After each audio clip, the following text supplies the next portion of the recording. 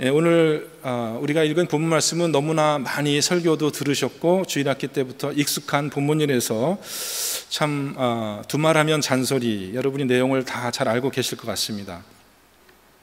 이야기의 시작이 이렇게 되죠. 어떤 율법 교사가 일어나 예수를 시험하여 이르되, 율법을 연구하고 밤낮으로 율법을 또 사람들에게 가르치는 그런 아주 율법에 정통하는 사람이 예수님을 좀 이렇게 시험할 작정으로 질문을 하나 냈는데요. 어떤 질문입니까? 내가 무엇을 하여야 영생을 얻으리까? 내가 무엇을 하여야 영생이니까? 이것에 대해서 예수님이 질문으로 대답을 하시죠. 지혜롭게. 율법에 무엇이라 기록되었으며 네가 어떻게 읽느냐? 그 질문에 대한 답을 네가 한번 해봐라. 너는 율법을 잘 알지 않느냐? 성경에는, 율법에는 무엇이라 기록이 되어 있느냐? 그러니까 율법 교사가 얼마나 자신 있겠어요? 얼마나 대답을 잘하겠어요? 이르시되 내 마음을 다하며 목숨을 다하며 힘을 다하며 뜻을 다하여 주 너희 하나님을 사랑하고. 여러분도 많이 들어보셨죠? 예수님도 이렇게 가르치셨잖아요. 어떤 사람이 예수님께 물어봤어요. 예수님, 율법이 참 여러 가지 365가지 해야 될 일, 또 200몇 가지 하지 말아야 될 일 등등 율법이 복잡하고 많은데 그 계명 중에서 가장 큰 계명이 뭐죠? 그랬더니 예수님이 대답하시기를 첫째는 이것이니 하면서 인용한 말씀이죠. 인용한 말씀이 너는 마음을 다하고 뜻을 다하고 목숨을 다하고 힘을 다하여 주 너희 하나님을 사랑하라. 신명기서 6장 5절 말씀. 둘째는 또 이와 같으니, 그죠? 둘째는 뭐죠? 내 이웃을 내 자신과 같이 사랑하라. 근데요, 이 말씀은 내 이웃을 내 자신과 같이 사랑하라, 이 말씀은 레위기서 19장 8절에 나오는 말씀이에요. 그러니까 앞에 전반부의 말씀은 신명기서에 나오는 말씀이고 뒤에 있는 말씀은 레위기서에 나오는 말씀이니까 율법 교사가 그냥 나오는 대로 대답한 게 아니라 과연 무엇을 내가 어떻게 해야지 영생을 얻는 것에 대한 깊은 연구가 있었겠죠. 그러니까는 신명기의 말씀과 레위기의 말씀을 이렇게 결합해가지고 이게 두 개가 하나님께서 우리에게 요구하시는 그런 내용이다라고 대답을 참 잘했던 거예요. 그러니까 예수님께서 뭐라고 대답하시냐면은, 뭐라고 말씀하시냐면 28절에 네 대답이 옳도다, 이를 행하라 그러면 살리라. 이 말씀도 레위기서에 있는 말씀이에요. 이 율법을 너희가 지키면, 그대로 행하면 살리라. 지금 예수님과 율법 교사 사이에는 전부 다 성경 말씀만 오고 가고 있어요. 그죠? 하나도 자기 생각이 들어간 게 없어요. 다 성경 말씀으로 주거니 받거니. 근데 문제는 말이죠, 네 말이 옳은데 이것을 행하라 그러면 살리라. 이것을 행해야지 나에게 영생이 있을 텐데, 살리라는 말이 그런 뜻이잖아요. 살리라, 영생이 너에게 있겠다. 그런데 이걸 어떻게 실천해야 되느냐? 누구에게 실천해야 되느냐? 어떤 방식으로 이것을 내가 실천해야 되느냐? 궁금증이 있는 거죠. 그래서 율법 교사가 또 물어봤는데 거기 29절에 보면 자기를 옳게 보이려고 물어봤다는 거죠. 자기를 옳게 보이려고. 그러면 내 이웃이 누구입니까? 이게 무슨 뜻이냐면, 이웃을 사랑하라고 했으니까 내가 이웃을 사랑할게요. 내 이웃이 누구죠? 이 율법 교사는 이미 자신이 있던 거죠. 자신이 있었던 거죠. 자기가 이미 그 계명을 실천하고 있고 얼마든지 자기는 영생을 얻을 자격이 있는 사람이다라는 그러한 자부심에 자기를 옳게 보이려고 누가 내 이웃입니까? 라고 물어봤던 거예요. 예수님, 누가 내 이웃이에요? 말씀해 주세요. 그러면 나는 내가 그 사람을 사랑한 증거를 당신에게 보이겠습니다. 이런 정도의 답변이었을 거예요. 근데 그때 예수님이 이제 한 이야기를 만들어서 하는 거죠. 지어낸 이야기죠. 그래서 이것을 우리가 선한 사마리아인의 비유, 이렇게 우리가 이 이야기를 제목을 그렇게 붙여서 우리가 많이 설교로 듣습니다. 누가 내 이웃입니까? 라는 질문에 예수님은 이 비유를, 강도 맞은 자의 비유, 저는 이 제목을요 선한 사마리아인의 비유라고 붙이지 않고 이 비유의 제목을 강도 맞은 자의 비유 이렇게 붙였으면 좀 좋겠어요. 왜냐하면은 이 비유의, 사실 이 비유가 뜻하는 그 의미가 우리가 늘 들어왔던 그런 어떤 해석과 전통적인 그런 적용과 조금 다른 그런 측면이 있는 것을 제가 여러분에게 좀 말씀드리려고 해요. 사마리아인의 비유라고, 선한 사마리아인의 비유라고 우리가 흔히 말하고 있는 이 비유의 사실 핵심은 강도 맞은 자의 비유라는 것입니다. 강도 맞은 자의 비유. 그러니까 예수님이 하여튼 비유를 얘기를 했어요. 여러분이 다 아시죠? 내용은. 이야기를 다 얘기하고 제일 마지막에 결론 부분에 36절에 예수님께서 이제 이 율법 교사한테 이야기를 다 들은 사람한테 이런 질문하죠.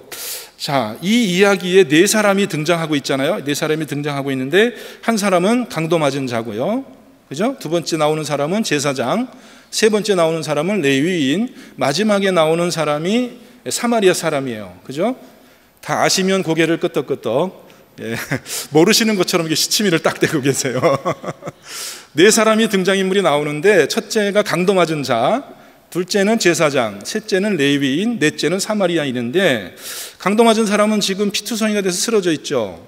자기가 할 수 있는 일이 아무도 없어요. 아무것도 자기가 할 수 있는 일이 없어요. 근데 이 세 사람 중에 예수님의 질문이 이 세 사람 중에 누가 이 강도 맞은 자의 이웃이 되겠느냐라고 했을 때 여러분 성경 보지 마시고 기억으로 한번 대답을 해보세요.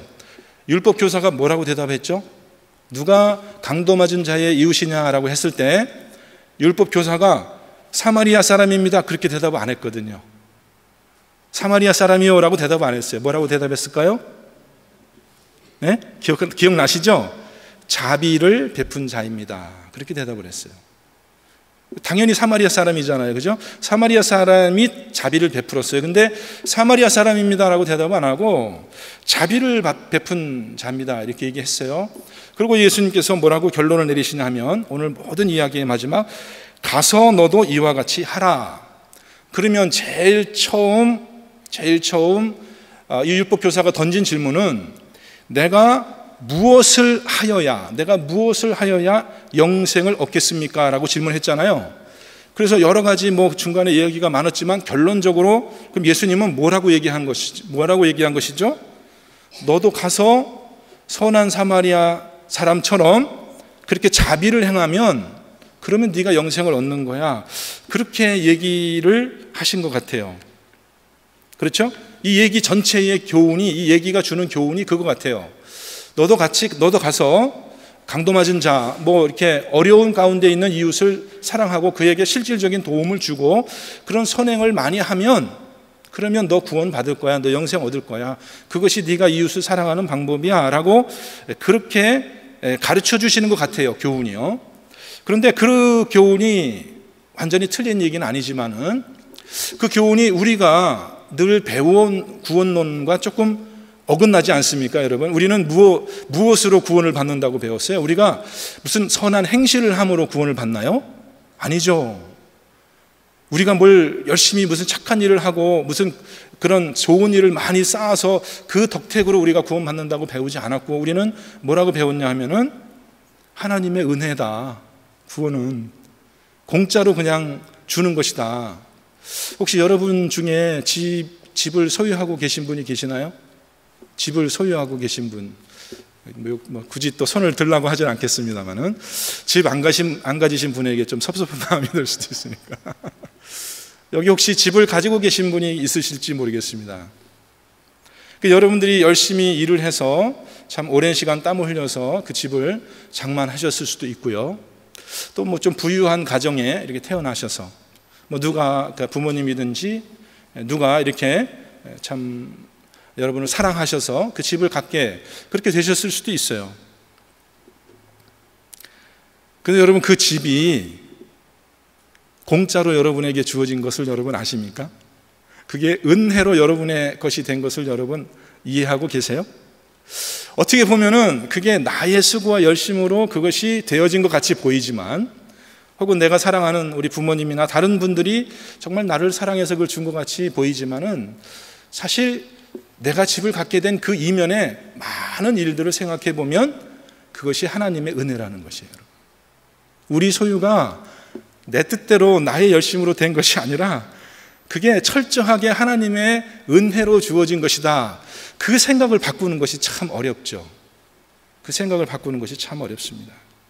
우리의 구원이요, 내가 다른 사람을 사랑하고 선행을 열심히 하고 율법에 기록되어 있는 그런 모든 의무사항을 내가 열심히 잘했더니 하나님께서 나를 기특하게 보시고 잘했네, 그래 잘했어, 그러면 내가 너에게 구원을 줄게, 이렇게 구원이 우리에게 오는 것이 아니라 겉으로는 그게 그런 모습이 보이는 것 같지만 사실 구원은 아주 그게 통째로 공짜로 우리에게 주어졌다라는 것을 여러분이 믿으시기 바랍니다. 다 공짜예요, 공짜. 그냥 하나님의 은혜예요. 여러분이 뭐 남들보다 조금 잘난 게 있어서, 착한 게 있어서 하나님이 이쁘게 보시고 그렇게 구원을 주신 게 절대 아니라는 거예요. 오히려 나보다 더 구원받을 만한 그런 훌륭한 사람들이 많은데도 불구하고 하나님이 특별히 나를 사랑하시고 나를 택하셔서 나에게 은혜로 구원을 주셨다는 거예요. 그럼 도대체 이 비유는 도대체 뭘 얘기하고 있는 거죠? 오늘 본문에 4명의 등장인물이 나온다고 아까 제가 말씀드렸잖아요. 그죠? 여러분 한번 생각해 보세요. 우리 자신의 삶과 우리 자신의 처지와 형편을 살펴볼 때 이 4사람의 등장인물 중에 가장 우리와 유사한 형편에 있는 사람이 누굴까요? 잘 생각해 보세요. 우리의 삶을, 저와 여러분의 삶을 돌아보고 우리의 형편과 처지를 잘 생각해 볼 때 이야기 속에 나오는 4사람의 등장인물 중에서 우리와 가장 가까운 사람이 누구예요? 선한 사마리아인인가요? 여러분 다 선한 사마리아인처럼 그렇게 살아가고 계시나요? 자신 있게? 네. 누가 우리랑 가장 근사하게 살고 있어요? 아니면 레위인이나 제사장인가요? 우리가 그렇게 살아가고 있나요? 그거 좀 인정하기 쉽지 않죠, 그죠? 예.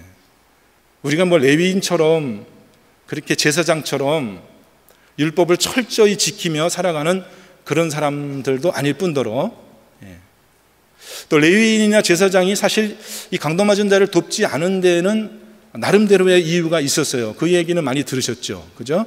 제사장과 레위인은 자기의 의무를 지키기 위해서 이렇게 부정한 것을 접촉해서는 안 되는 그런 율법의 조항이 있기 때문에 어쩌면 이 제사장과 레위인이 그냥 지나간 것은 그냥 단순히 그 불쌍한 사람을 귀찮다, 돕지 말아야지 뭐 이런 차원이 아니라 내가 정말 나의 예배와 나의 의무를, 거룩한 의무를 지키기 위해서 내 몸을 저렇게 부정한 사람하고 접촉시키면 안 되게 해야겠다는 어떤 그런 정의감과 율법에 대한 의무감으로 그런 행동을 했을 수도 있어요. 우리는 그렇게 율법을 정말 철저히 지키며 살아가는 사람이 아니죠. 그렇죠? 우리는 또 이 선한 사마리아인 같은 사람도 아니에요.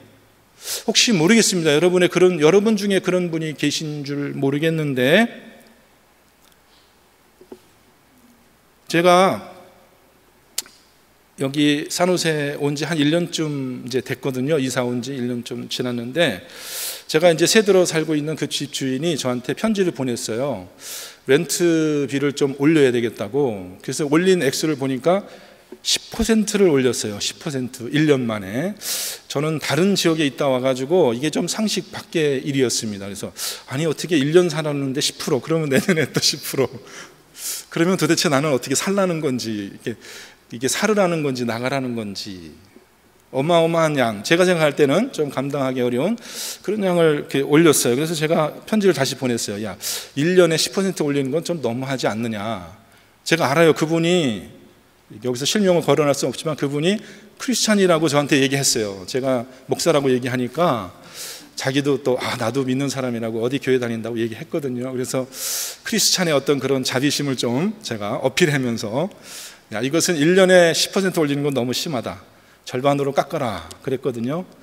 그랬더니 자기가 한번 다시 생각해 보겠다 그러더니 조금 깎아주셨어요. 네, 한 50불 정도 깎아주셨는데 여전히 많은 그런 렌트를 올라가서, 갑이고 제가 을이니까 계약서상에 그렇게 돼 있잖아요. 저기는 갑이고 저는 을로 돼 있으니까 당연히 뭐 이제 따라야 될 것 같아요. 제가 이사 가지 않는 한은 그렇게 해야 될 것 같은데, 정말 여러분 중에 혹시 집을 갖고 계신 분, 아까 제가 질문을 드렸었는데, 나는 내가 집 세를 냈는데 우리 집에 세든 이 사람이 그 사람의 형편을, 처지를 내가 생각해서 내가 이 선한 사마리아인처럼 정말 주님께서 나보고 너도 가서 이와 같이 행하라 했으니까, 이 산호세 지역에 사는 사람들이 제일 제가 많이 듣는 그 생활의 어려움이 뭐였어요? 여러분 다 많이 들으시죠? 생활의 어려움이, 제일 큰 생활의 어려움이 뭐예요? 집값이 비싸다는 말을 제가 지난 1년 동안에 한 100번은 들었을 것 같아요. 여기 집값이 비싸다, 집값이 비싸다. 뭐 장로님, 집사님 할 것 없이 다 제가 1년 동안 들은 얘기 중에서 가장 많이 들은 얘기가 집값이 비싸다. 심지어는 집값이 비싸서 이사를 딴 데로 가야 되겠다, 이사를 갔다, 뭐 그런 얘기도 많이 듣거든요. 어쨌든 이 산호센 지역에 사는 가난한 사람들이 느끼는 큰 어려움 중에 하나는 뭐예요? 집값이 비싸다는 거죠. 근데 여러분이 집을 가지고 계신 우리 그리스도인들이 정말 이 사마리아인처럼 그렇게 자비심을 발동하잖아요. 자기가 꼭 해야 되는 것도 아니었어요. 사실 사마리아인이 강도 맞은 자를 돕는 것을 보면은 율법에 정해진 의무가 전혀 아니죠. 구했잖아요. 구해서 주막에 데려다 줬잖아요. 그 정도면 잘한 거 아니에요? 그 정도면 충분히 할 일 한 거 아니에요? 근데 뭐 주막집 주인에게 말하면서 야, 내가 어디 갔다가 올 테니까 볼 일 있으면 그냥 가면 되지. 갔다가 올 때까지 네가 좀 돌봐주고 내가 며칠 있다 다시 와서 혹시 비용이 더 들면은 내가 그걸 내주겠다. 지금 2데나리온 줬거든요. 이틀치 품삯을 줬어요. 그 정도면 충분하잖아요. 그 정도 했으면 누구나 다 인정할 수 있잖아요. 그거 안 했다고 해서 그 사람이 나쁜 불의한 사람이 되는 건 아니잖아요. 그 사람이 죄를 짓는 거 아니잖아요. 율법에 요구한 그런 사랑의 행위를 실천 안 한 게 아니잖아요. 근데 이 사람 어떻게 해요? 내가 갔다 와서 혹시라도 모자라는 비용이 있으면 내가 더 주겠다고요. 지금 율법 교사는 뭐라고 얘기했냐면 나는 율법을 잘 알고 있어요. 신명기서의 말씀, 레위기서의 말씀 나 다 꿰고 있어요. 그거 나 다 실천한 사람이에요. 근데 예수님이 이 비유를 통해서 무엇인가 지금 율법 교사에게 부족한 점이 있다는 걸 얘기하고 있잖아요. 그죠? 율법을 지키는 것, 그 이상의 뭐가 있어야 되지 않겠냐라고 이야기하고 있습니다. 많은 그리스도인들이 은혜로 하나님께 구원을 받았어요. 그죠? 은혜로 공짜로 아무 공로 없이 우리가 잘한 것이 없이 하나님의 은혜로 우리가 구원을 받고 나서 우리가 이제 그리스도인의 삶을 살아가는데 많은 그리스도인들이 어디로 돌아가냐면요, 율법으로 돌아가요. 율법으로. 분명히 은혜로 구원을 받았다고 하면서 구원받은 이후에 우리 그리스도인의 삶을 어떻게 살 것이냐를 이야기를 해보면요, 뭐 여러 가지 표현을 하지만 결국 잘 들어보면은 다시 율법을 지키면서 살자 이런 거예요. 그렇잖아요. 하나님이 기쁘신 방법대로 하나님의 말씀대로 순종하고 살자. 그래, 하나님의 말씀대로 순종하고 사는 게 뭐지? 여기 써져 있는 하나님의 말씀을 잘 지키면서 사는 거죠. 그게 어떻게 사는 거지? 어떻게 사는 건 뭐 어떻게 사는 거? 10계명을 지키면서 착한 일을 하면서 율법에 있는 대로 사는 것이 그것이 우리가 성도로서의 거룩한 삶이다. 다 그렇게 생각을 해요. 근데 예수님은 오늘 비유 말씀에서 율법을 지키는 것을 이야기하지 않습니다. 마지막에 뭐라고 그랬죠? 이 세 사람 중에 누가 강도 맞은 자의 이웃이 되겠느냐? 누가 강도 맞은 자의 이웃이 되겠느냐? 율법을 지킨 자가 강도 맞은 자의 이웃이 되는 건가요? 착한 일을 한 사람이 강도 맞은 자의 이웃을 되는 건가요? 뭐라고 대답을 했냐면은 가로되 자비를 베푼 자니이다. 자비를 베푼 자니이다. 율법을 지킨 사람이 아니라 자비를 베푼 자라는 거예요. 자비를 베푼 자. 저와 여러분의 마음속에 이제 그리스도인으로의 삶이 무엇인지에 대해서 복음으로 하나님의 은혜로 구원받은 자가 이제 율법으로 살아가는 것이 아니라 어떤 의로운, 내가 생각하고 있는 어떤 의로운 그런 기준을 정해놓고 그 기준에 맞춰 살아가는 그러한 정의롭고 공의로운 삶이 아니라 기준이 다 허물어지고 기준이 없어요. 뭐가 착한 일인지 뭐가 나쁜 일인지의 기준이 다 허물어졌어요. 그런 게 다 필요 없어지고 아무런 기준이 없는데 무엇으로 살아가냐면 하나님의 은혜로 살아가는, 복음에 의해서 살아가는 그리스도의 참된 모습을 오늘 이 비유 속에서 저와 여러분이 꼭 발견하기를 바라요. 그 차이를 여러분이 꼭 이해하시기를 바라요.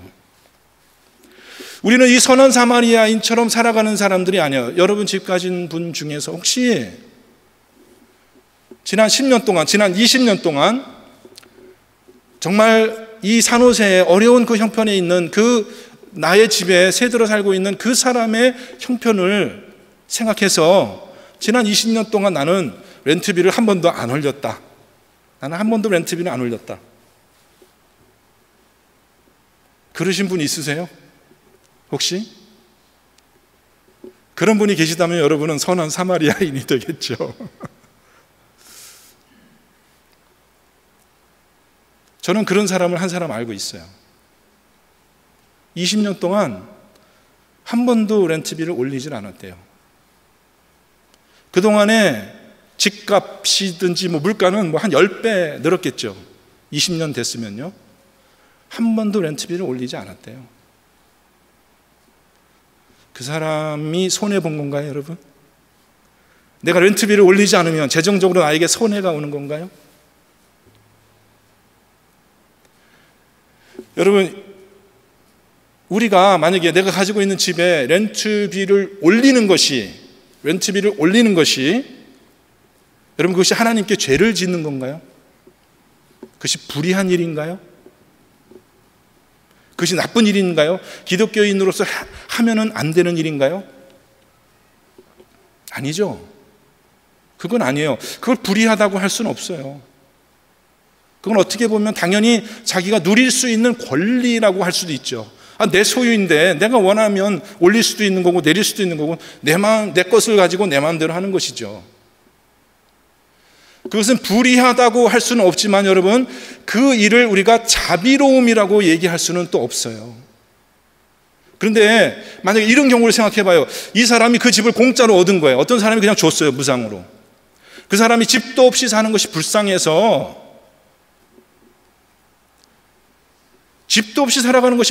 어떤 사람이 그 사람에게 야, 내가 이제 죽으면 이 집이 나한테 쓸모 없으니까 네가 그냥 내 집 가져라고 어떤 사람이 무상으로 그 사람에게 집을 줬다고 해요.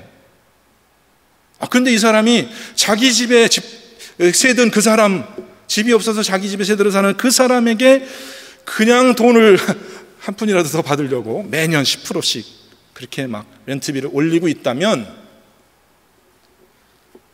여러분 그 사람의 행위를 정당하게 우리가 정당하다고 얘기할 수 있나요, 여러분? 어떻게? 여러분의 기준으로는 어떻게? 여러분이 한번 그냥 여러분의 기준으로 한번 판단해 보세요. 그 사람이 자기는 누구한테 집을 공짜로 받았는데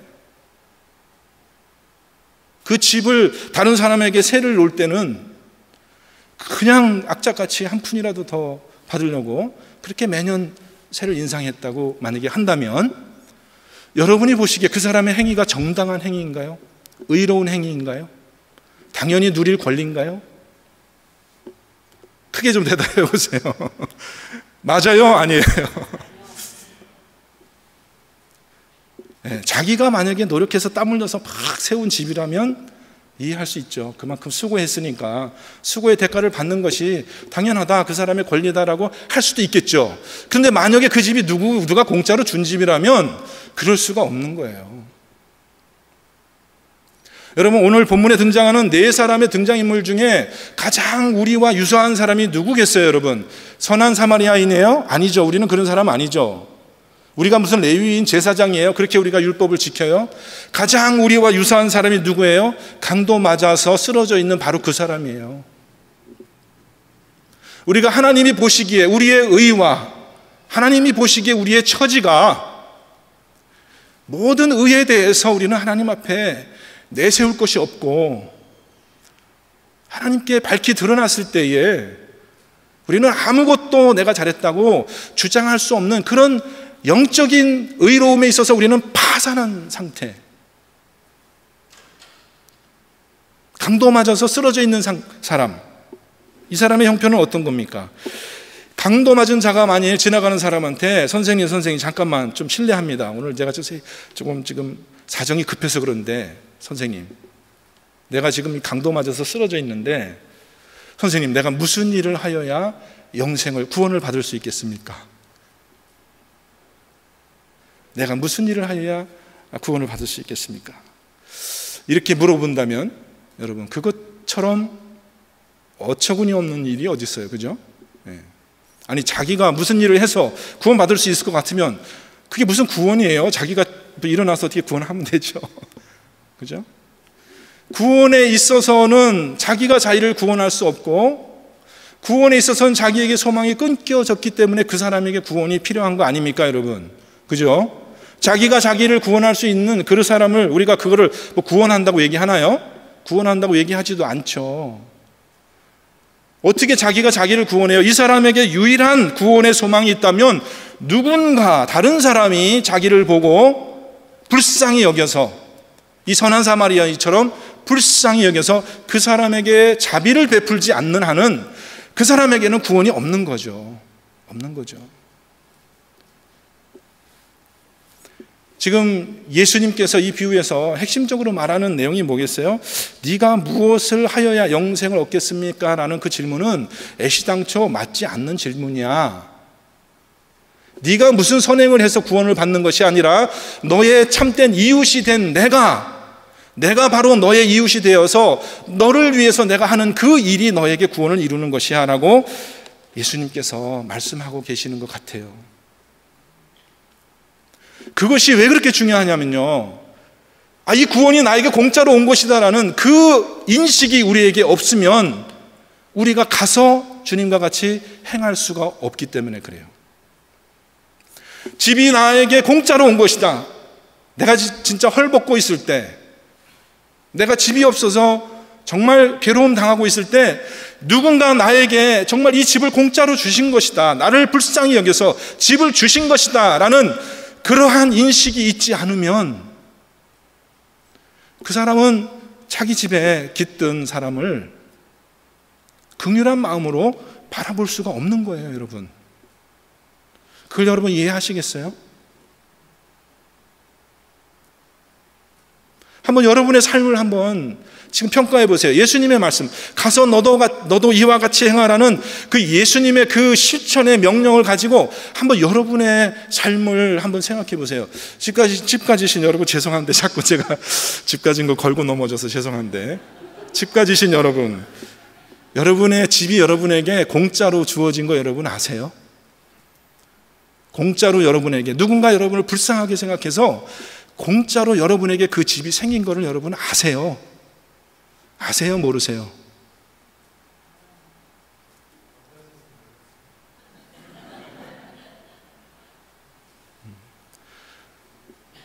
공짜로 생긴 거예요. 공짜로. 그게 다 하나님의 은혜예요. 그걸 아시라고요. 그걸 아시고 이제부터 20년 동안은 절대 렌트를 올리지 마시라고요. 올리지 마세요. 왜? 하나님이 우리를 복음을 실천하는 사람으로 부르셨잖아요.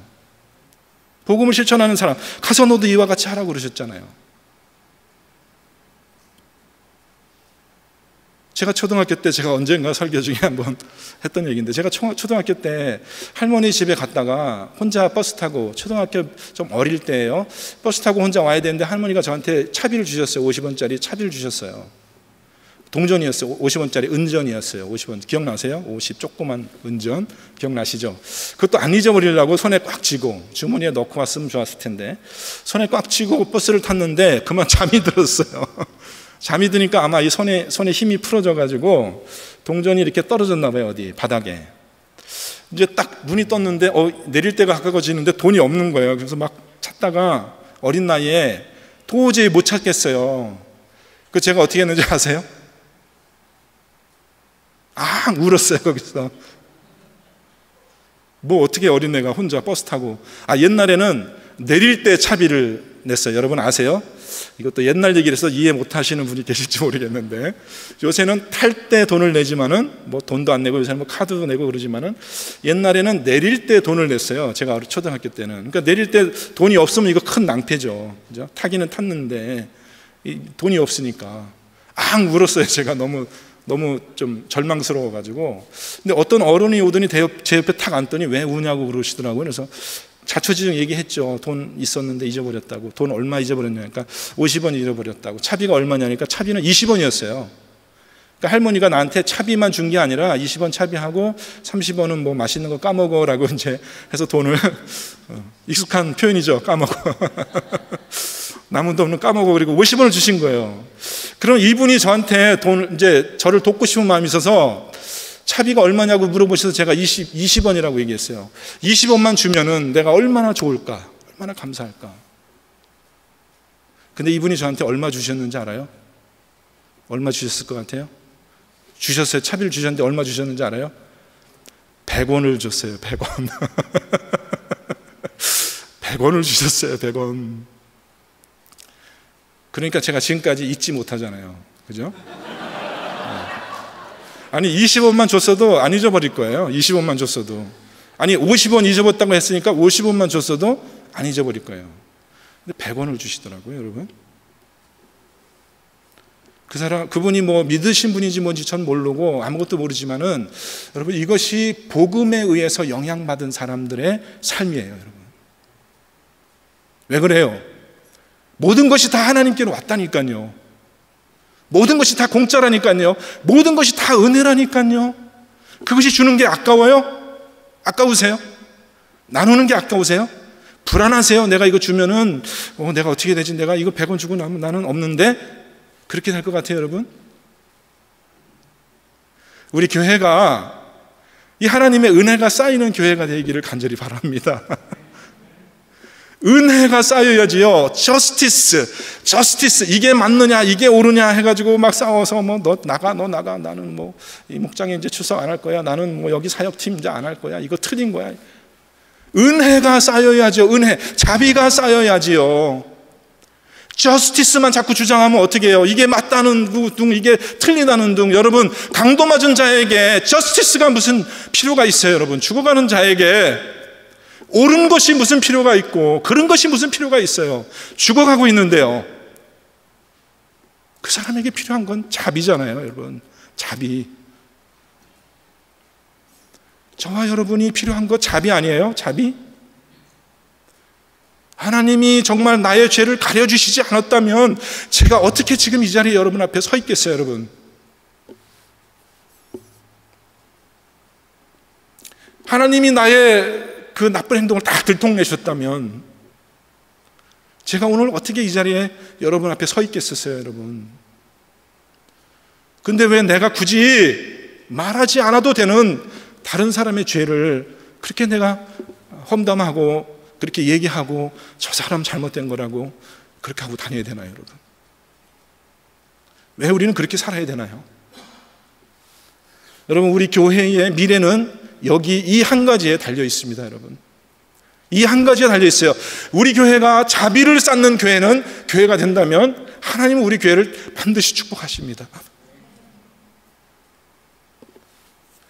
우리 교회가 무엇이 잘했냐 잘못했냐 그 율법의 어떤 그런 기준, 그 스탠다드, 그것을 만족시키기 위해 살아가는 그런 교회라면, 그런 가정이라면, 그런 여러분의 신앙생활이라면 반드시 망하게 되어 있습니다. 그게 오늘 비유의 핵심적인 내용이에요. 여러분, 율법으로 살지 마시고 예수 그리스도의 은혜와 자비로 사시는 여러분 되시기 바랍니다. 오늘부터요. 렌트비 올리지 마시라고요.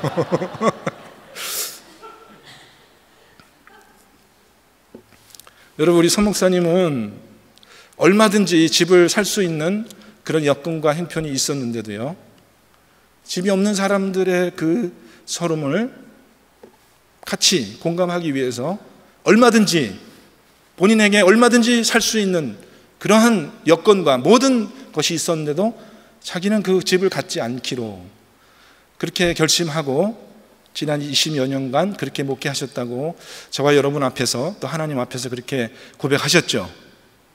그러셨죠, 여러분?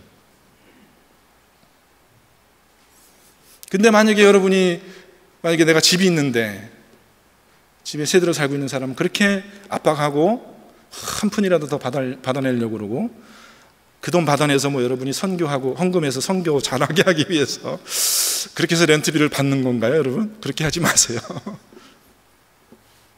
만약에 여러분이 그렇게 하신다면 우리 서 목사님 얼마나 마음이 아프시겠어요, 그죠? 같이 집 없는 사람의 입장으로서, 그렇죠?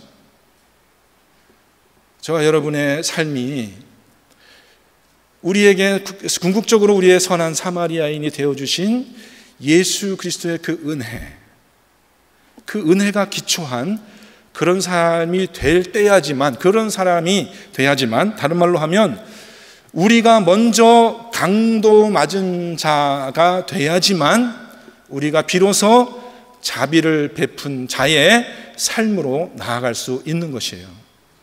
아시겠죠, 여러분? 여러분이 먼저 강도 맞은 자가 되어야지만 비로소 여러분의 삶이 자비를 베푼 자의 삶으로 나아갈 수 있게 된다는 것이에요. 그것이 바로 율법을 그렇게 추정하려고 했던 이 율법 교사와 그것을 교정하려고 하는 예수님의 이 비유의 가르침의 핵심적인 내용이에요. 여러분, 복음 따라 사시고 율법 따라 사는 것이 아니라 복음 따라 살고요, 그런 모든 율법의 체계를 다 허물어버리고 오직 하나님의 은혜로, 하나님의 은혜와 영광 가운데서 넉넉히 이 세상 이겨가시는 여러분 되시기를 주님의 이름으로 축원드립니다. 같이 기도하겠습니다. 하나님 아버지, 오늘 말씀을 통하여서 우리가 주님의 정말 은혜의 영향을 받고 복음의 말씀을 따라 순종하며 살아가는 우리 사람들의 마땅한 그 실천을 또 한번 가르쳐 주심을 감사합니다. 주님, 오늘 들은 말씀대로 실천하여서 이 산호세 지역에 점점 더 하나님의 은혜와 영광이 넘쳐나기를 우리 구주 예수 그리스도 이름으로 간절히 기도하옵나이다. 아멘.